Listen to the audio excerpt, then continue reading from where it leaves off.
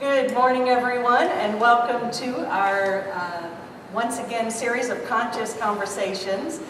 This is actually Saturday, September 4th, 2011, and we're at Fitness for the Body, Mind, and Soul once again in Hendersonville, North Carolina. So thank you all for attending, and thank anyone out there for watching, as I have a fabulous guest to introduce to you today, and I know that her message is going to be really profound and helpful for all of us so that we can tap into an even higher state of being and tap into our gifts, because she is proof that it's possible. And she believes, as I do, that not just because she does it, we don't have to go to her as our guru, but it's potential and possible in all of us. And Jonna Ray Bartges, our guest today, it's a delight to have her here. She's actually author of this wonderful book, which is available. You can purchase this after the service if you choose, or online at Jonna's website, which is happymedium.us. Is that the best one to go to? Or Amazon.com. Or Amazon.com. And she is definitely the happy medium for sure. And it's just really thrills my heart to have her here today. But her book, I love the title, Psychic or Psychotic.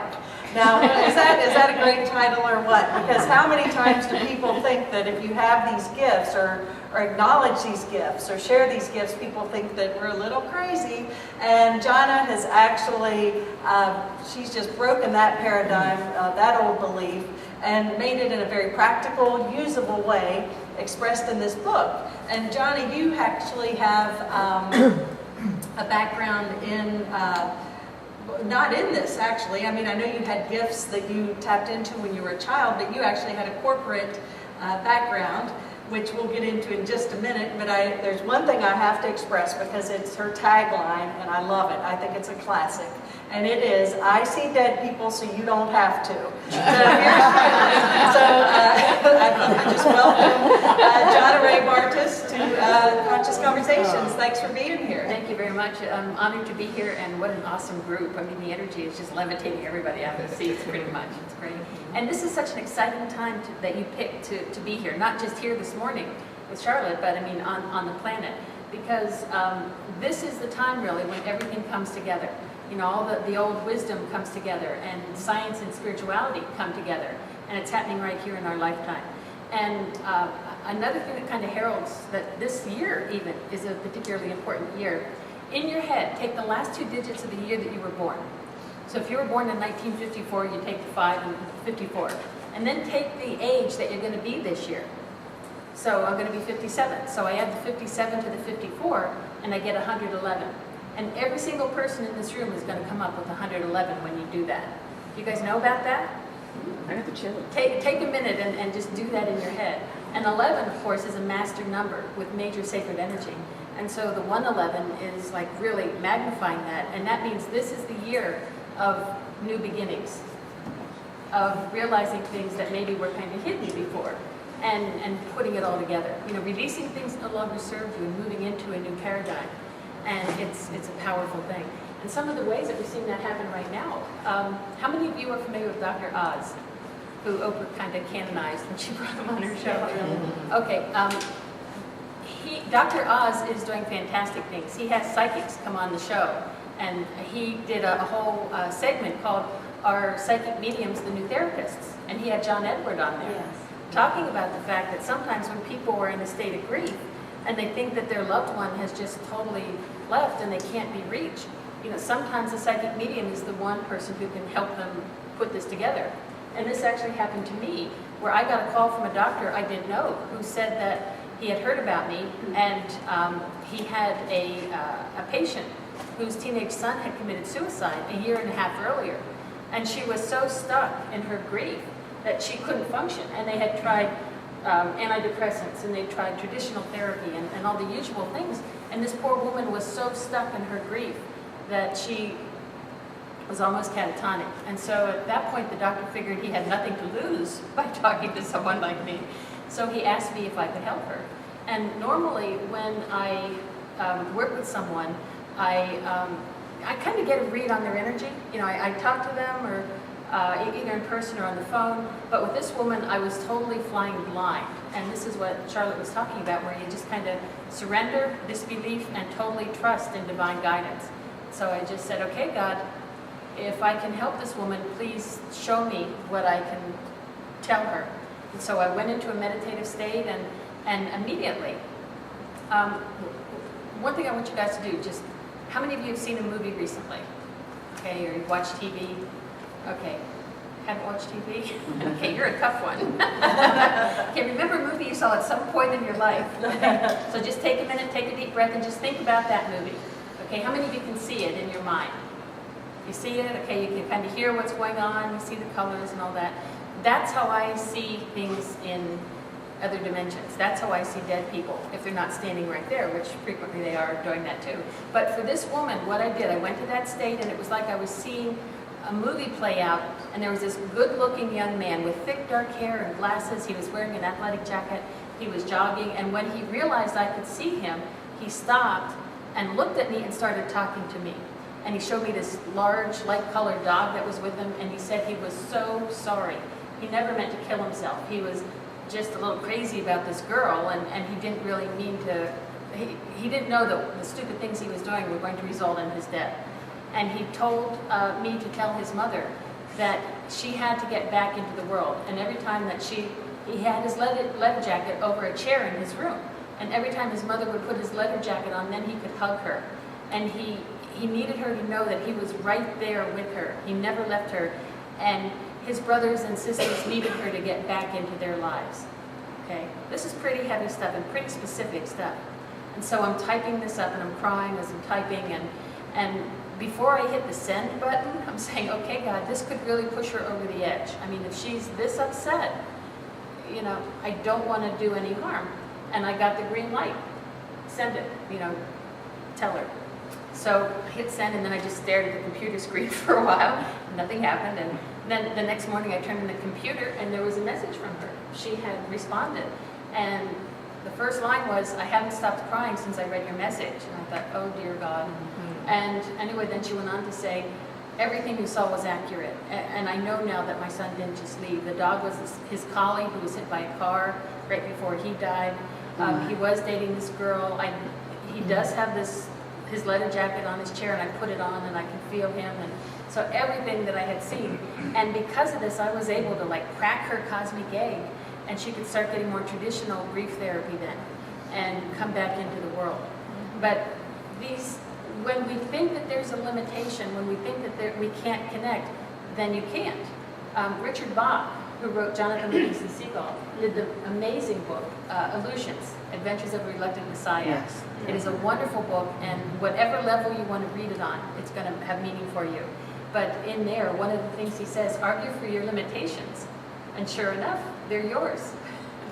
So if you just stop believing that you can't talk to someone when they're dead, a lot of things are going to open up for you. And it's okay to just keep... Well, yes, and I do want to ask you a couple more sure. questions. No, it's very interesting. But one thing you stress is that we all have these gifts. Absolutely. And what do you think keeps us from tapping into those? Our culture. Like in India, you can borrow money from somebody in this lifetime and promise to pay back in the next lifetime. Seriously, you can. And in our culture, you cannot do that. And it's disciplined out of us. Everyone is psychic. Every single person is psychic. And little children learn early on. You learned early on. How many of you had an imaginary friend? Okay. Yeah, should I say? Psychic or psychotic? Yeah. But how many of you remember being told, quit daydreaming and pay attention? Yep. You know, and stop singing loudly, you know, so what are you doing? You're making that up as you go. And no, you can't talk to your grandmother, she died. And no, you don't know what the dog is thinking, that's just a dog. And trees aren't purple, color it green. You know, we're disciplined over and over and over again. And it gets easier to just kind of, you know, go into lockdown and not acknowledge that these things are happening.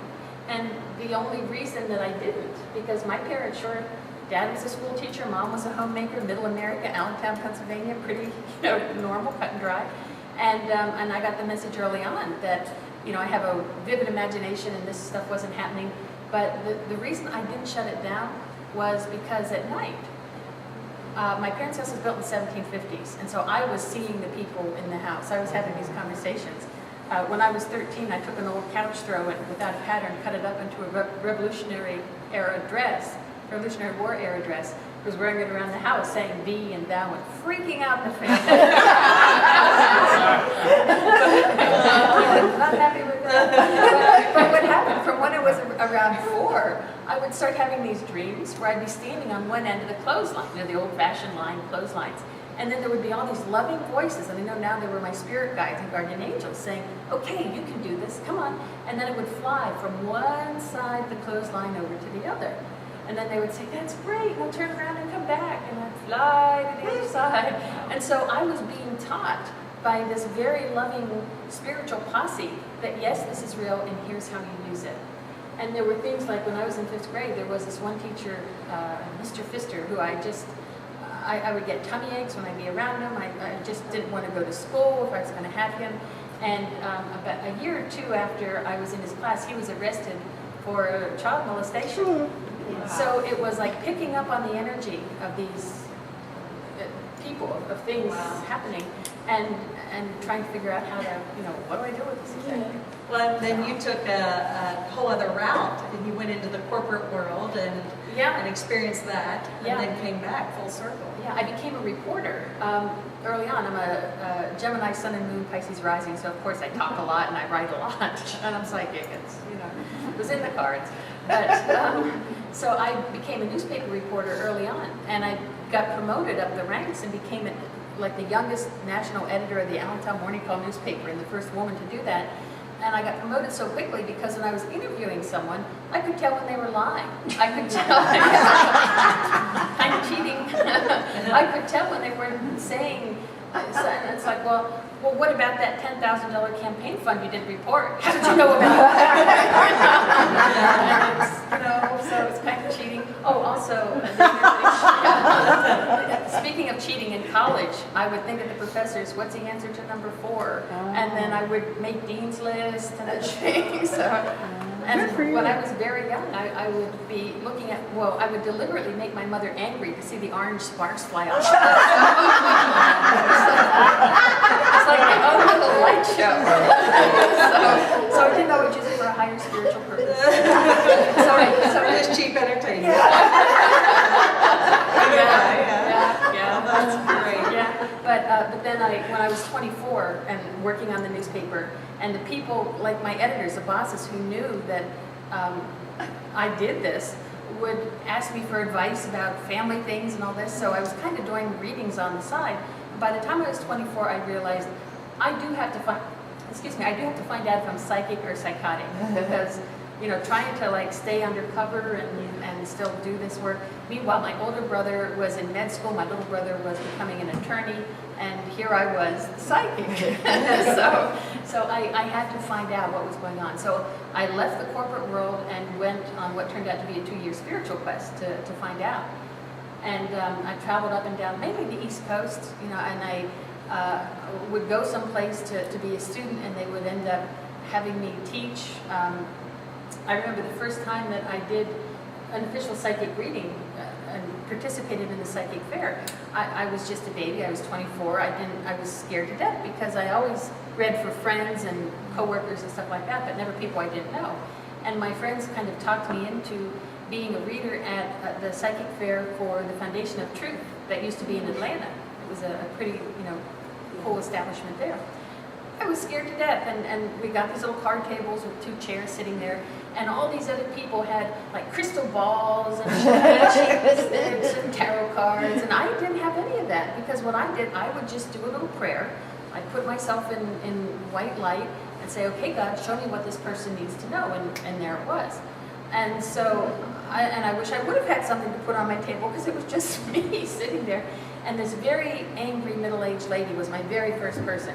And so she sits down in front of me, and she said, literally, I think this whole thing is a bunch of crap, and you have to prove to me that this is real. And so I just took a breath and silently said, okay, God, if this is what you want me to do, I need a little help here.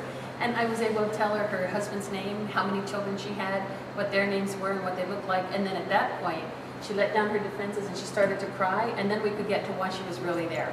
You know, but and that's a good example of when you start to access this and you start to ask for help and you open the door. That's all you have to do. Just where did I read? Ask and it shall be given. But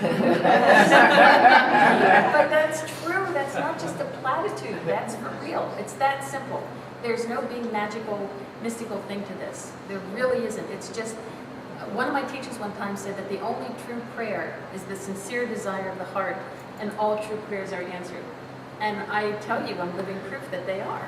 You know, because here's a little kid from Allentown, Pennsylvania, and I was able to basically dedicate my life to working on bringing these things together, even when I was undercover. Because should I go into the other stuff? Or Well, Disney or SeaWorld? I wanted to go. I was actually heading into SeaWorld. I knew that. Yeah, you knew that.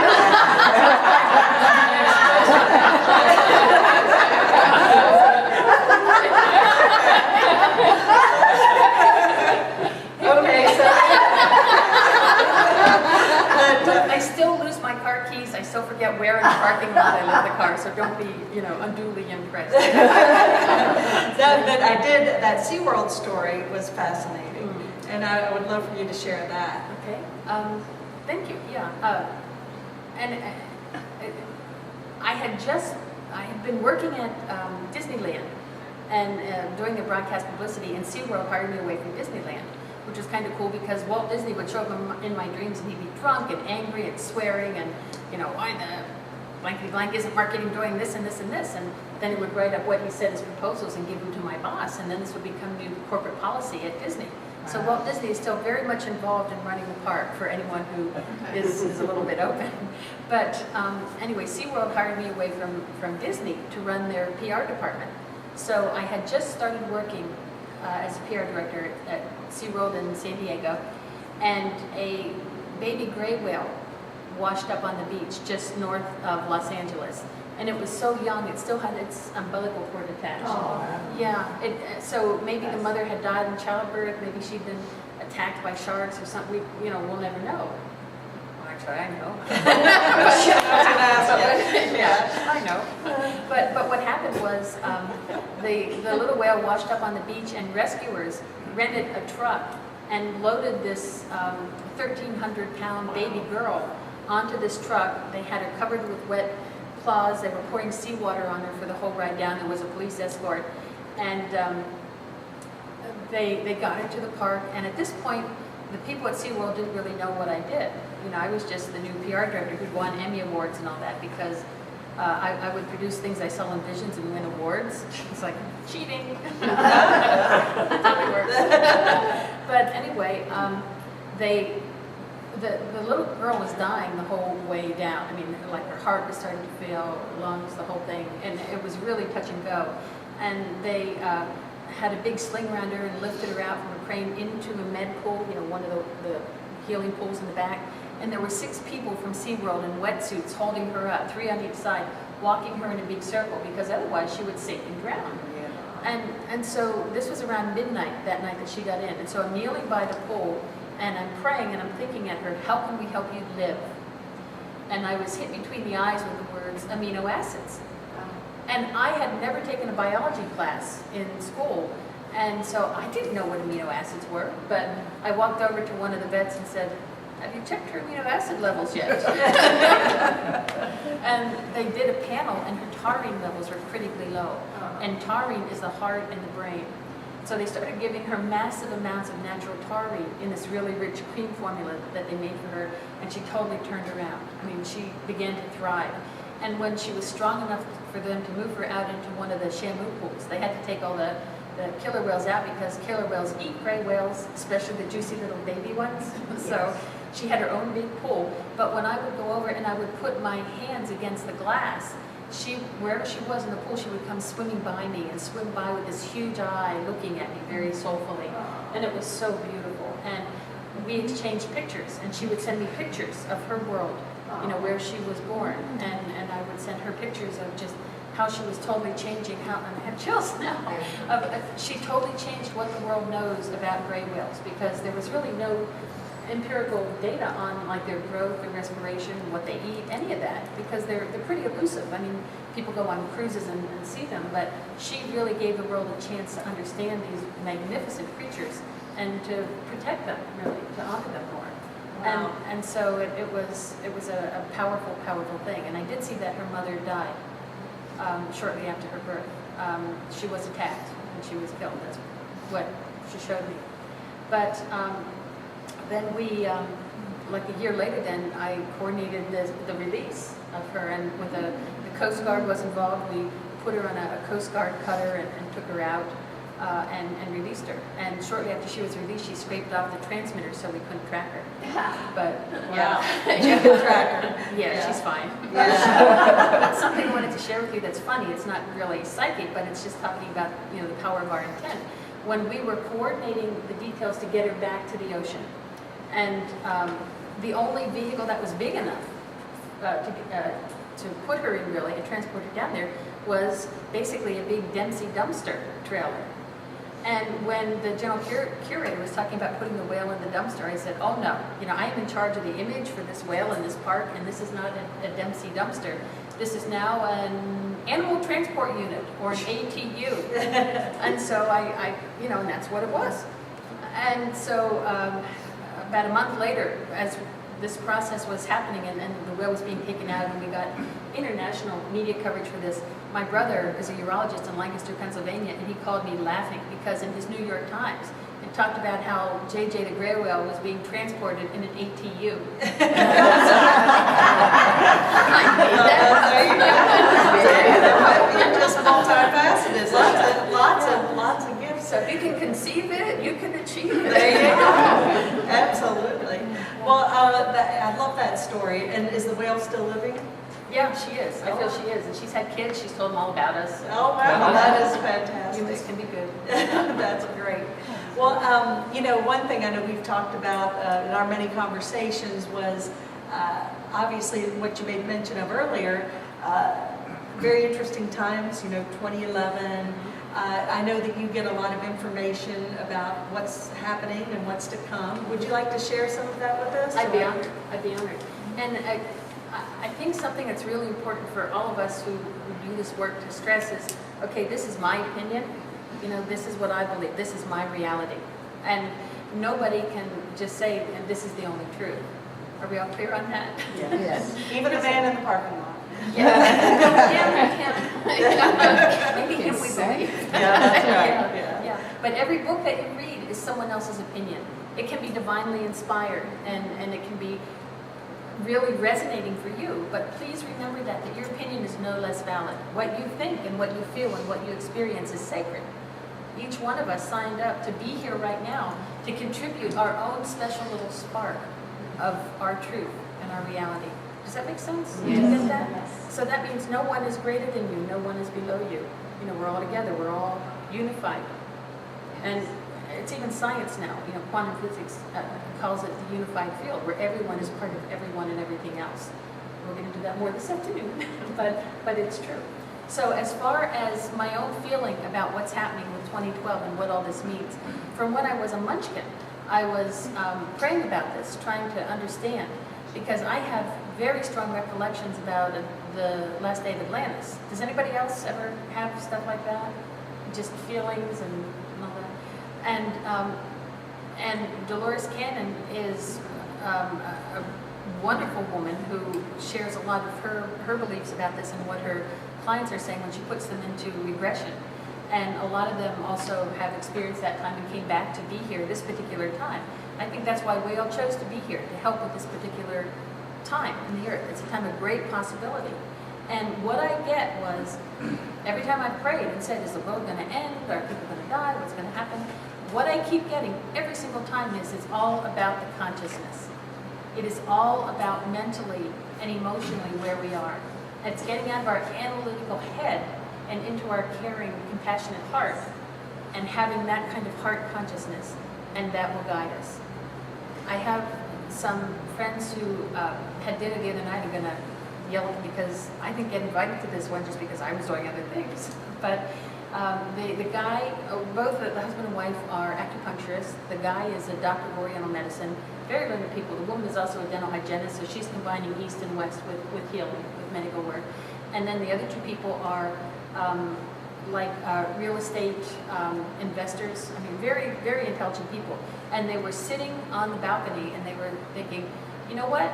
We'd really like to see a UFO right now. And guess what happened? You know, really, because of the consciousness. The consciousness of those four people putting that out there. You know, they brought it. I mean, they called to it. And I have done this too. Try this some night. You go outside and look at the stars and look at the sky. Go into that heart level. Feel gratitude. And feel an expression of, guide me, God, help me do what I'm to do here and be who I'm to be. And I would love to see a UFO and see what happens. I've done this many times. They respond to the consciousness. Okay? And so as far as like, is the world going to end? Are there going to be earth changes? We're seeing some now. I mean, I lived in California for 14 years, so my friends out there are kind of laughing at our pathetic little earthquake, you know, where lawn furniture was knocked over. So I saw a very cool t-shirt that said never forget, and it had the date of our earthquake, and then it had a little table and two chairs, and one chair was on its side. So, yes. I saw the same picture and it said the earthquake will rebuild. Yes. So it's all relative, I guess. Whatever makes me. But as far as truly what it means, it's like if we stay in a place of wanting to be of service and wanting to contribute whatever we can, you know, share what knowledge we have, and not go into a place of fear. Because something that I've also gotten since I was a child is fear is the absence of faith, and darkness is the absence of light, and evil is the absence of good. And it sounds so simple, you know, almost like a platitude. But I promise you, if you really work with that idea and you start to bring light and peace and good into a situation, I promise you, you'll heal it, you'll change it. And so as far as I think one thing that is going to be happening that I feel very strongly about, last year I was getting in meditation and visions that there was going to be a big national press conference announcing that there were aliens on the planet in 2010. And I got that very, very strongly. And sure enough, NASA had a very big press conference, and they announced that they had found alien bacteria on the planet. So it's kind of like they're starting us very small, little tiny things that pose no threat. But seriously, they're saying this is not from this world. This is from another world. And it was scientifically proven that that's what this was. Really cool. And I had, there was also an article, I saw it on the internet in the past week, about scientists are thinking that if we learn how to communicate with dolphins, that will help us communicate with ETs. Did anyone else catch that? Because if you Google that, that will come up. So again, it's like we're getting more information. It's being leaked into our consciousness so that we won't be frightened. Okay? Because I'm feeling we're very close. And I had the most beautiful dream vision thing where there was this huge green face, like a big praying mantis, but it wasn't a praying mantis. Huge eyes, and it was a female face, beautiful jewels inset in the face, gorgeous and compassionate and wise. And it was just coming at me and just sending me this feeling of great peace. And then that face morphed out, and the face that morphed in was kind of like human, kind of dog, and this was a male face. And again, compassion. And then that face morphed out and the female face came back in. And finally I said, why are you showing me your faces? And she said, so you will know us. Because I think there is a possibility that there may be like a deception type of thing. I've read lots of, I hate to get into deep conspiracy things because it's a rabbit hole and a slippery slope and all that. But I have heard many times in many reports from many different sources that when there are UFO crashes, like in Roswell in '47, the government takes those and then does reverse engineering, which means they take the machine of the saucer apart to figure out how it works. And even though they might not have exactly all the same things on our planet that they have on other planets, they can kind of get an idea. And so there are supposed to be some government-made, like, UFO type things that are out there. Has anyone else heard anything along that line? Yes. Okay. Anyone watch the X-Files? Yes. Okay. So I think it's somewhere, it's like a happy medium somewhere in there of what's really going on. But I do think that there's an excellent chance that we may experience what looks like a hostile alien invasion, which is all human produced, so that we would say, yes, let's have one world government, and yes, let's have martial law, and yes, let's all, I think there is that possibility. But what I get when I pray about this is, that's when the real aliens, whose faces we are starting to see, will come in and say, that is not us, you guys. Do not be fooled. Yes, we are compassionate, and we put you here, and we want you to grow and nurture and evolve and develop. And so really, when someone starts to, use your discernment, go into your heart, get out of your analytical head. That's where we mess it up, and get into your compassionate, empathetic heart and see, okay, is this the real thing or not? And one other thing about that, back in 2002, I had this dream where I was in a building, glass walls and all that, looking out, and suddenly all these UFOs started to decloak all around the world. There were like thousands of them all around the globe. And it was interesting what was happening, because some people were panicking and they were thinking, oh, the world's going to end, so I'm just going to go, loot and murder and rape and pillage. And some people were stepping forward as spiritual leaders, saying this could be a very good thing for our planet. These people might be coming in peace. We should, have faith and be calm and centered ourselves. And the children were fascinated with this until they picked up the fear of their parents. If the parents were fearful, and then the children became fearful. So that's what was going on all around the earth. And in the meantime, in the place where I was, let's say this is the building, okay, and this is their spaceship. They were so evolved that they could bring their spaceship over to the building and change the molecular structure of the building, so the spaceship was like another room on the side of the building. And what they did was they beamed all the world leaders there. The ETs did. And how many of you are familiar with the Hindu god Ganesh? Okay, this is what the main alien looked like. And then I was wondering, why would he look like an elephant? And then I realized, to go to all these other different planets and all that, if they had morphed themselves so they could change the air without using any kind of outside apparatus, how convenient would that be? And also the big eyes, and I realized then later that they could just put these patches over them to adapt to the sunlight from any solar system, any galaxy that they visited. So it kind of made sense. And he was wearing this cap and this embroidered robe, and it was all alive. Everything was living. It was all a living energy thing. And it was just like a pale green, almost like a copper patina, because my eyes weren't advanced enough to see all the elaborate colors and all the intricate things that made this. I mean, they were highly, highly advanced. But anyway, what the ETs said to all the world leaders was, we had a deal. You were going to tell your people that we were real and that we were going to help them, so that when we came to help you, they wouldn't be frightened. And you did not keep your end of the bargain. And then I got away thinking, whoa, that meant something.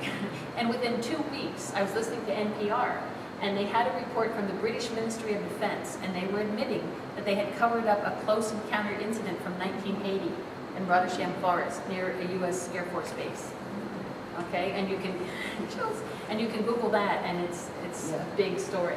And then the British government, the French government also started to release photos that they had of UFOs through the decades. So some governments have stepped forward. I think Mexico has released some things. So I'm kind of thinking, maybe that wasn't so much a dream. Maybe that really kind of happened. But I do feel that that's a big part of what's going to be coming up for us now. When you look at the stories too that Hollywood is filtering out to us, and things like Avatar and things like Star Wars, even Star Trek, for like early things, getting us used to the idea that we're not the only, rock from a sun that has conscious life. Getting us used to that. So if I was going to give you any kind of advice about what to get ready for, is just get comfortable with that idea. And one other thing where I got a lesson direct from Christ on this one was the last point on my spiritual quest was the Light Center in Black Mountain. Do you guys know about that? Yes. Okay, well back in 1979, Jim Gore was building that.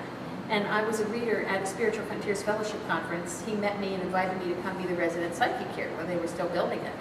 And so one thing that I did, the platform was laid for the cement to be poured when I got there.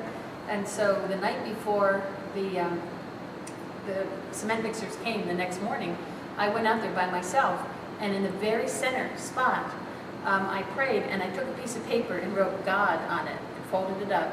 and put it in the pipe that was in the very center. And then the next day, it was sealed in. So God is at the center of everything, at the light center. And not a lot of people know that. That's a wonderful story, absolutely. But I was praying at the light center, and I had this vision that there was this grotesque thing, like with this huge head and these great big eyes and this scrawny little body, and it was sitting in a full lotus position in one of the triangular shaped windows in the dome. And I was scared to death because I mean, this ugly, horrible creature, and I immediately did the affirmation of Christ's light. I have those over there for you too. Get one of those on your way out. To just put everything in Christ's light for love, guidance, and protection. And then, because obviously this thing was hideous and evil because it was so gross looking. And anyway, right then Christ appeared, just poof, and this beautiful golden glow and the white robes. And he and the creature exchanged the Namaste blessing. And then Christ turned to me and said very kindly, you have a lot to learn about light. Meaning that just because something looks very, very different than what we think normal is, doesn't mean that it's not of the light. And so go into your hearts, practice that discernment. Whether it's another person, whether it's an animal, whether it's a being not from this galaxy or this dimension. Don't be quick to judge. Don't fall into that fear thing. Don't let someone else tell you this is bad. You go into your own heart. You go into your own soul. Does that make sense? Absolutely, yes. So that being said, it sounds as though the universal message that keeps coming around is live from our heart, get out of our conscious mind. And is that a tool to help us awaken those gifts that we have, spiritual gifts? Absolutely, because I think anytime we come from our heart, anytime we do that prayer, guide me, help me understand, we raise our consciousness. Right. And so this afternoon, I know we're going to have an opportunity to, as you said, we're not leaving the room till we all accomplish a few things. So just touch lightly on that, if you wouldn't mind. Sure. What we were talking about a little bit before was, this is the time when science and spirituality are coming together. Dr. Candace Pert, who was in the movie What the Bleep Do We Know, proved chakras. Spiritual people have believed in this concept for millennia, and she proved that there are 7 major energy centers of consciousness in the body. The brain is not the master governor that we really thought it was. I mean, that's just one example. And also, quantum physics had another name in the Middle Ages, and it was magic. So what's happening, it's proving all these things, and it's proving that there is a unified field where everyone is connected. Everyone is part of the same soup. We're just different expressions of consciousness, but coming from the same thing. And so what we're going to do is, using a combination of guided meditation and science, really, touch into that and get your own proof that, yes, this works. Wow. Well, that's exciting, and I know, gosh, you've got this interview could go on for days, and you should write a book. Oh, yeah. Thank God.